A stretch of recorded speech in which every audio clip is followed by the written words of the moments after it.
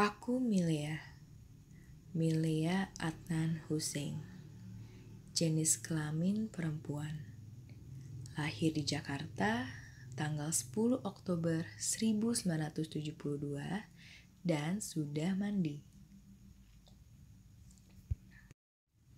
Sekarang, waktu nulis buku ini, aku tinggal di Kemang, di daerah Jakarta Selatan.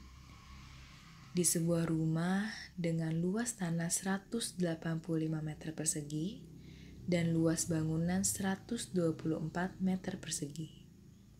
3 kamar tidur, 2 kamar mandi, dan tidak dijual. Itu adalah rumah kami yang baru, yang kami tempati sejak 5 bulan yang lalu setelah rumahku yang di Jakarta Pusat dijual.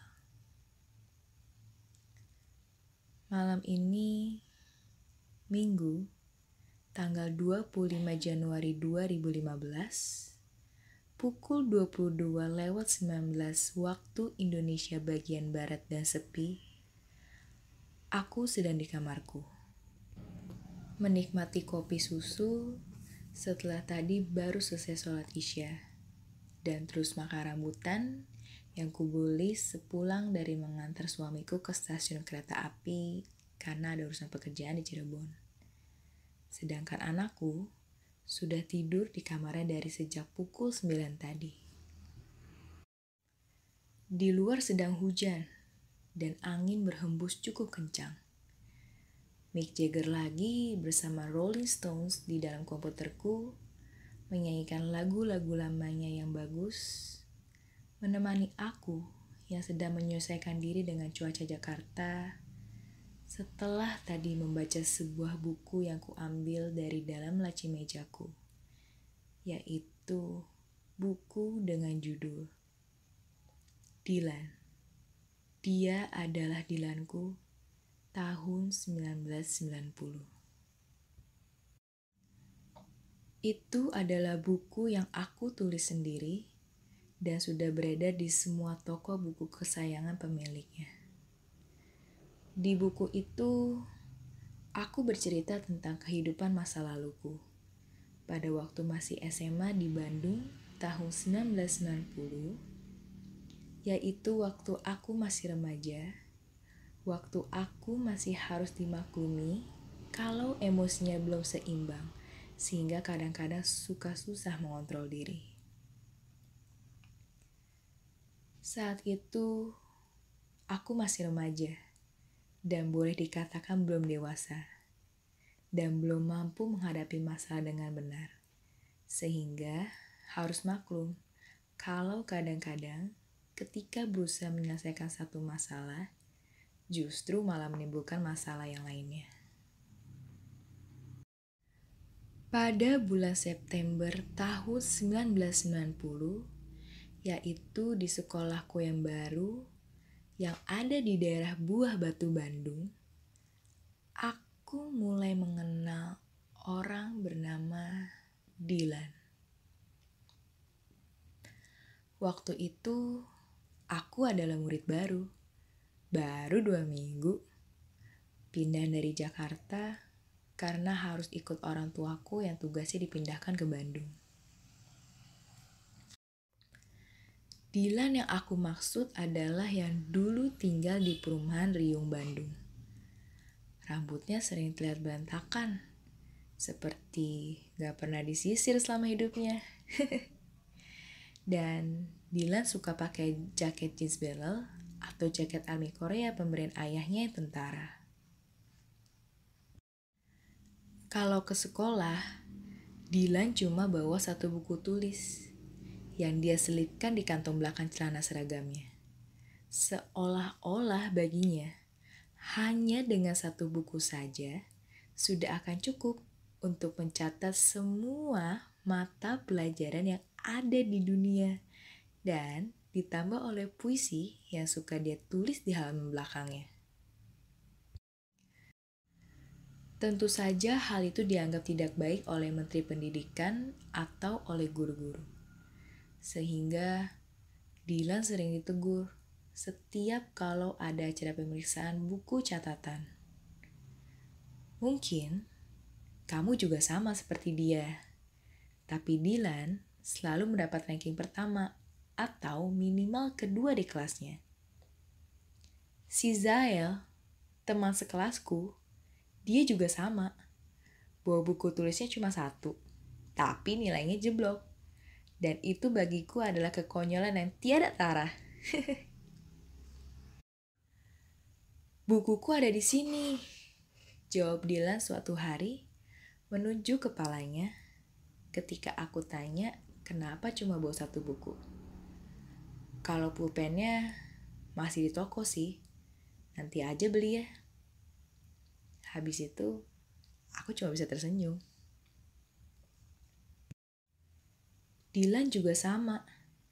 Waktu itu masih remaja, yaitu masih anak remaja yang harus dimaklumi kalau punya jiwa pemberontak dan tidak suka diatur. Yaitu anak remaja yang masih harus dimaklumi kalau kadang-kadang tidak bisa menahan keinginannya. Yaitu anak remaja yang masih harus dimaklumi kalau unek-unek di dalam hatinya suka berubah menjadi rasa dendam karena disimpan. Di sekolahnya, Dylan dikenal sebagai panglima tempur dari salah satu geng motor yang ada di Bandung. Kemana-mana selalu memakai motor jenis CB Glatik yang sudah dia modif. Emang jadi anggota geng motor syaratnya apa? Harus punya motor, jawab Dylan. Berarti kalau mau jadi anggota geng kereta harus punya kereta ya? Kataku dengan nada seperti orang kesal. Dan Dylan ketawa aja. Dulu, anak-anak geng motor hampir pasti adalah anak dari keluarga ekonomi menengah ke atas. Karena faktanya, hanya kalangan mereka lah yang mampu beli motor. Berbeda dengan sekarang, rasanya hampir semua orang sudah bisa beli motor. Udah pada kaya, atau karena zaman sekarang sudah ada kemudahan kredit. Berarti dengan begitu, pada zaman dulu, syarat untuk bisa menjadi anggota geng motor adalah selain mau, harus punya orang tua dengan ekonomi berkecukupan. Kalau nggak punya motor, namanya geng bonceng motor, katanya. Ini memang motor ayahku, kata Dylan lagi. Bukan motor hasil keringatku sendiri. Kau tahu kenapa aku pakai? Kenapa? Biar orang pada tahu aku belum bisa beli motor dengan uang sendiri, jawab Dylan berbisik. Hehehehe. Jangan komplain. Ah, itu kan motor orang tuanya. Kenapa? Aku tanya. Gak akan ku dengar. Kenapa? Kenapa gak didengar? Ku tanya lagi. Karena kalau ayahnya sudah bisa beliin dia motor, dia gak akan ngomong gitu lagi. Biar bagaimanapun, itulah Dylan yang kemudian resmi berpacaran denganku. Dimulai di warung BEM pada tanggal 22 Desember tahun 1990, dinyatakan secara lisan dan di atas kertas bermaterai untuk dijadikan dokumen perasaan katanya.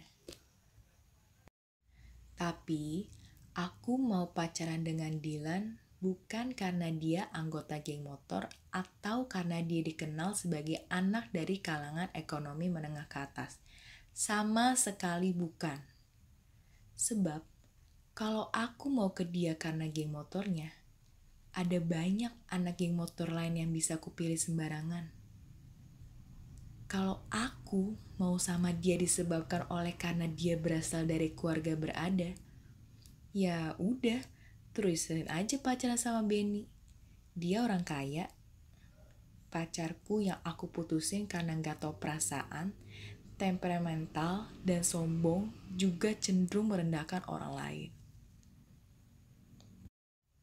Boleh nggak kalau aku nggak suka kamu ikut-ikutan geng motor? Kutanya Dylan suatu hari.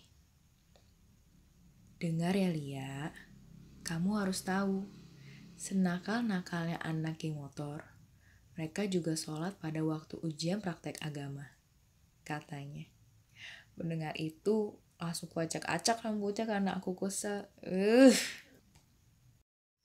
Aku juga rajin sholat Idul Fitri, katanya seraya menghindar untuk jangan kuacak-acak lagi rambutnya.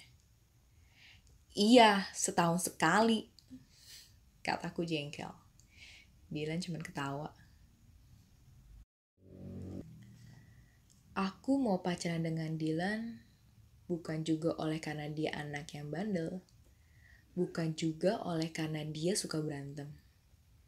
Karena aku juga tahu bahwa itu adalah perbuatan yang tidak baik, yang tidak bagus dicontoh oleh seluruh anak-anak di dunia. Walau masih dianggap hal lumrah sebagai hal biasa pada anak usia remaja. Tetapi bagiku, itu adalah hal buruk yang tidak aku sukai dari Dylan. Bukan apa-apa, aku takut dia akan mendapat hal buruk dari oleh karena itu. Si Dadang, kau tahu si Dadang gak? Tanya Dylan. Dadang mana? Gak tahu ya? Enggak, kataku. Kok sama ya? Aku juga gak tahu. Ih. Kalau si Guntur? Kamu gak tahu juga? Kutanya balik. Itu teman sekelasmu. Oh iya. Kenapa dia? Dia itu diam. Bukan karena baik. Karena apa? Karena gak berani. Karena takut. Gak siap dimarahin. Aku diam. Harusnya dia juga dimarah karena penakut. Dunia butuh orang pemberani. Yes? Aku diam. Kamu pikir bandel itu gampang? Susah. Harus tanggung jawab sama yang udah dia perbuat. Kata Dylan lagi. Aku diam menyimak. Diam-diam, sebetulnya aku suka dengan pemikiran Dylan. Kau boleh tidak setuju, tapi Dylan juga berhak memiliki pendapatnya sendiri. Kamu bukan penguasa dunia, bukan pemilik kebenaran. Jadi, Dylan juga berhak untuk tidak menerima pendapatmu, sama sebagaimana halnya kamu juga punya hak tidak menerima pendapatnya, karena Dylan juga bukan pemilik kebenaran. Baik itu gampang, tinggal diam, udah deh selesai, katanya. Tapi anak nakal ngerepotin orang lain. Gak ada anak nakal, reuninya gak akan rame. Iya, kataku tersenyum. Kau tahu, kalau sekolah ini diserang, siapa yang akan membela? Kami inilah. Si Guntur sih pasti lari. Guru-guru juga sembunyi tuh. Tanpa anak nakal, guru BP gak akan ada kerjaan. Harusnya guru BP itu berterima kasih deh ke anak-anak nakal. Kata Dylan tersenyum. Jadi ingat dulu, kamu pernah bilang, semua siswa itu sombong. Cuma kamu yang mau ke ruang BP. Kataku. Dylan ketawa.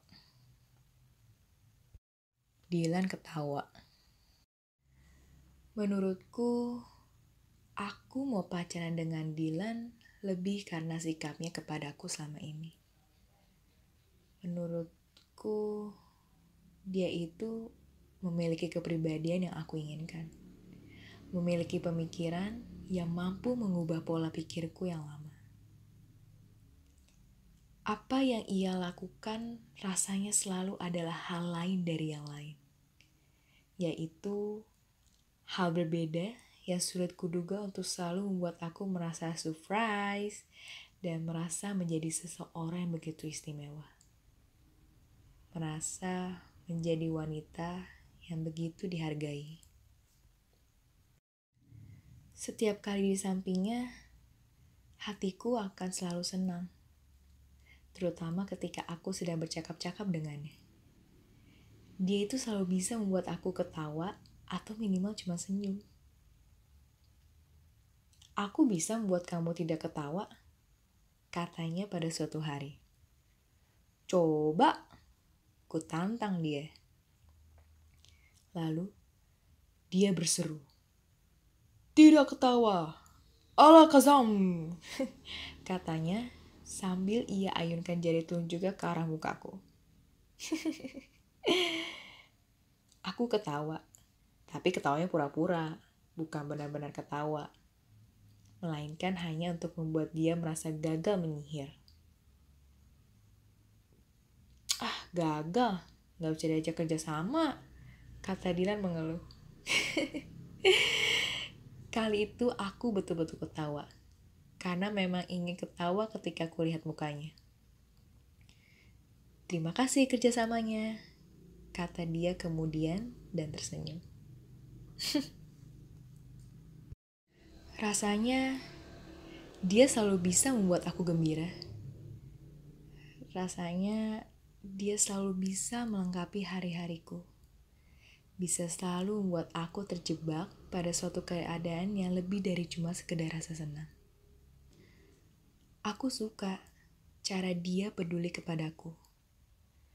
Aku suka bagaimana dia bisa membuat aku merasa aman tinggal di dunia yang katanya penuh bahaya ini. Tapi aku gak bisa melindungi kamu dari nyamuk, kata Dilan di telepon dengan nada sok mengeluh. Gak apa-apa, kan ada obat nyamuk. Ternyata Baygon lebih baik dari aku. Kamu juga baik.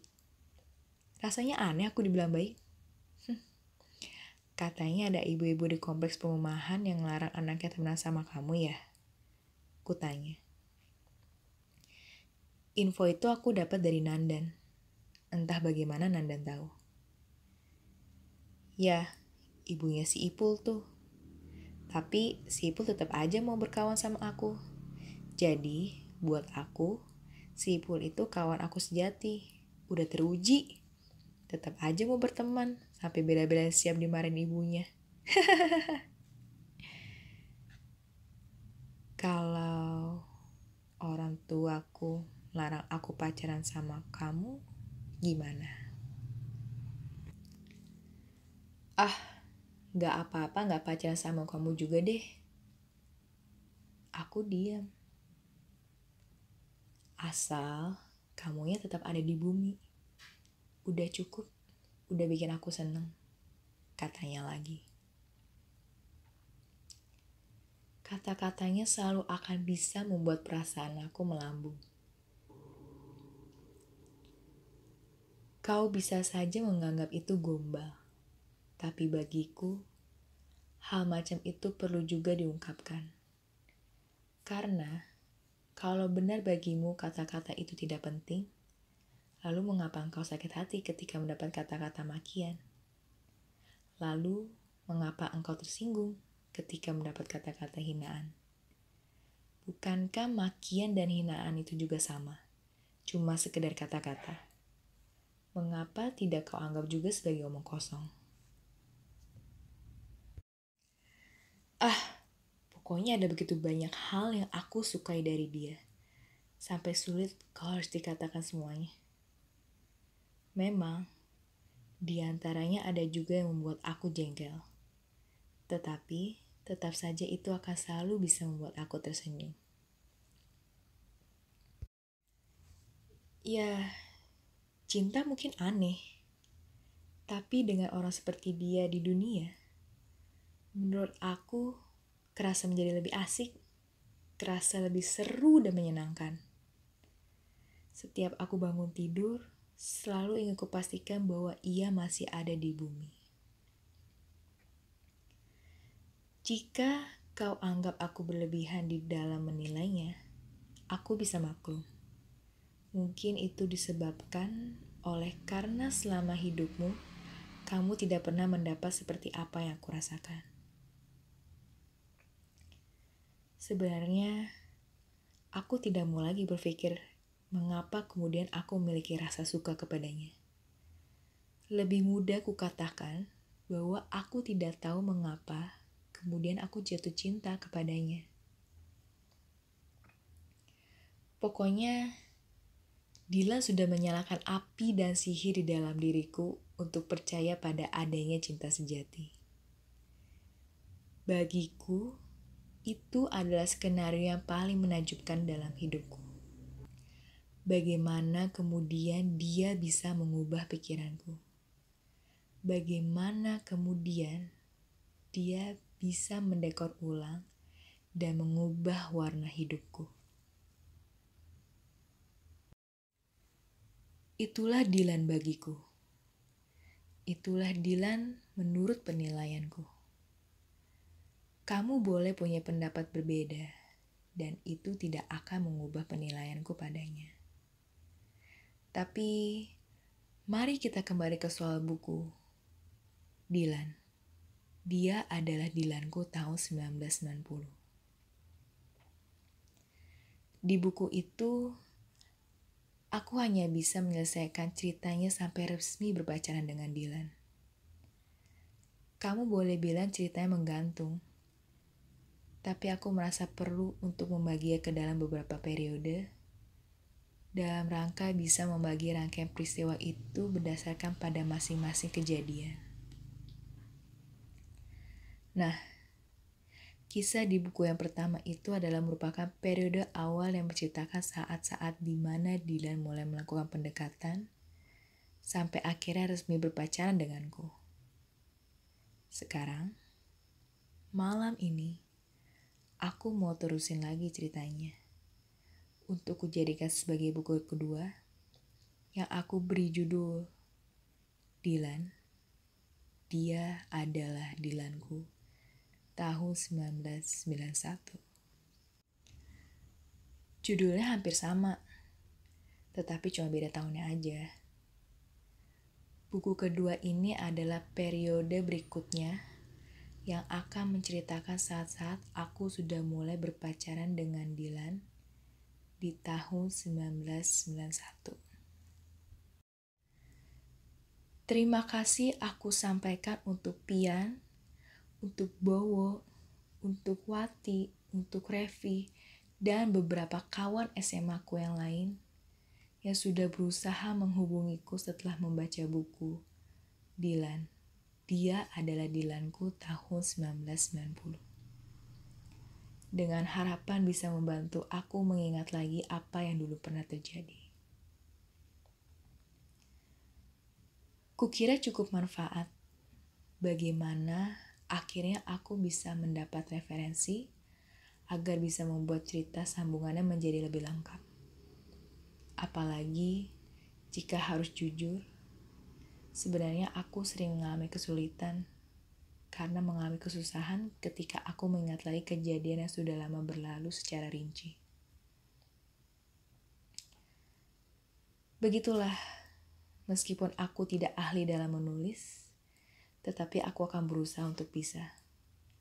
Aku akan berusaha untuk menceritakan semuanya dengan jujur, dan dengan keadaan diriku yang kini sudah menjadi sarang rindu, yaitu sarang rindu yang berisi oleh banyak hal yang pernah kulalui di masa itu. Dan juga dengan keadaan diriku yang masih merasakan segala macam emosi yang berkaitan dengan itu. Di dalam ceritaku nanti, ada beberapa nama yang terpaksa harus kuganti dengan nama lain. Hal itu kulakukan demi menjaga kerahasiaan identitas dari orang yang bersangkutan agar tidak merembet menjadi suatu persoalan dengan pemilik tempat dan orang-orang yang bersangkutan. Bahkan di buku Dilan, dia adalah Dilanku tahun 1990. Aku tidak pernah menyebut nama tempat di mana aku sekolah dan tidak pernah menyebut nama geng motor Dilan secara jelas.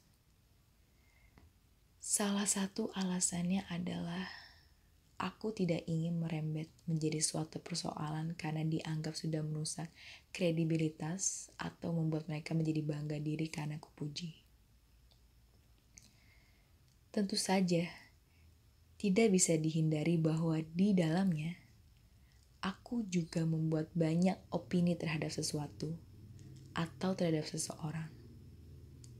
Tetapi aku bisa maklum kalau kamu tidak setuju dengan opiniku, karena kita semua memiliki pendapat yang berbeda terhadap hal-hal itu. Nyatanya sering begitu. Kita tidak akan selalu bisa setuju antara satu sama lainnya, dan aku menyebut hal itu sebagai sesuatu yang lumrah. Hanya saja, untunglah kita masih diberi kesadaran untuk saling menghormati dan menghargai pendapat orang lain. Oke, sebelum malam jadi larut, sebelum aku nanti ngantuk, atas nama masa lalu, mari aku lanjutkan ceritanya.